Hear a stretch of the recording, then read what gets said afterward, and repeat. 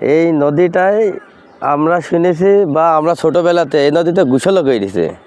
এই নদীটা এমনভাবে এখন দেখেন কি অবস্থা, ভাগাড়ে পরিণত হয়ে গেছে, ময়লা মাটি একদম বন্ধ, যোগাযোগ বন্ধ।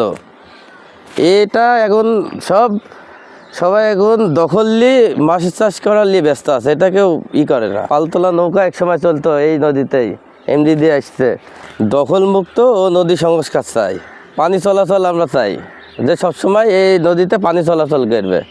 এই যে দেখতে পাচ্ছেন হিষ্ণা নদী, এই হিষ্ণা নদী একসময় আমরা দাদা বাবার মুখ থেকে শুনেছি যে এখানে পালতোলা নৌকা চলতো, বন্যা আসতো, অনেক মাছ হতো, গরু বাছুর এখানে গোসল করানো হতো, আমরা নিজেরাও গোসল করছি, পাট জাগ দেওয়া হতো। এখন দেখা যাচ্ছে যে হিষ্ণা নদী একটা অনেক দখলদারিত্বের হাতে চলে গেছে, এখন অনেকটা ভাগাড়ে পরিণত হয়েছে। নিচে আপনি দেখতে পাবেন অনেকটাই ময়লা আবর্জনার স্তূপ পড়ে গেছে।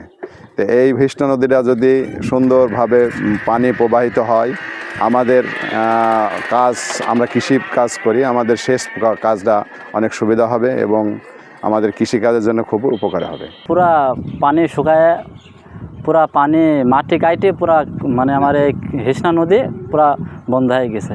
এটা মানে খনন করার জন্য একটা ব্যবস্থা করতে হবে, করলে এটা আমাদের জন্য খুব ভালো হয় এবং সব সময় যেন পানি পাই।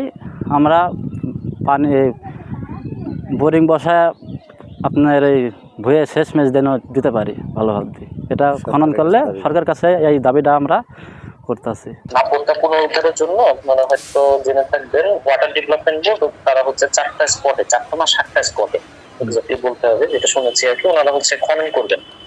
খনন করে এটা নাব্যতা বৃদ্ধির জন্য ওনারা হচ্ছে কাজ করবেন। অলরেডি মনে হয় ওনাদের প্রজেক্ট অ্যাপ্রুভ হচ্ছে, ওনারা কাজ শুরু করবেন। আর ওনারা যখন কাজ শুরু করবেন, আমরা তো স্পট গুলাতে কোনো অবৈধ দখল আছে কিনা বা কেউ কোনোভাবে ব্যবহার করছে কিনা সেটা আমরা দেখে ওনাদেরকে সহায়তা করবো, যাতে ওনারা কাজে নেমে পড়তে পারেন। আর এর পাশাপাশি তখন হচ্ছে যেহেতু একসাথে শুরু হবে আর কি প্রজেক্ট, ওই সময় যদি ভাগার বা ওরকম থাকে ওইটাও একসাথে পরিষ্কার পরিচ্ছন্ন করার অভিযান নেওয়া। আর ওটা ময়লা ফেলতেছে তো হচ্ছে লোকাল মানুষই, মানে যে যা পারতেছে এখানে ফেলতেছে খালি, তাই তো। আর হচ্ছে আগের যে মাটির যে বিষয়, আগে তো মনে বেশ আগের 3-4 বছর আগের কথা মনে হয়, তখন মাটি যেটা রাখা হয়েছে ওটা নিয়ে কোর্টেও একটা মাটি কারা সরাবে এটা নিয়ে মনে হয় একটা কেস চলমান ছিল, যেটা জেনেছি। ওইটা কোর্টের বিষয়টা সমাধান না হওয়া পর্যন্ত মাটির বিষয়ে আর কি সলিউশনে আসা যাচ্ছে না। আর নাব্যতার বিষয় তো বললামই, water development board already project নিয়েছে 4টা স্পটে আর কি।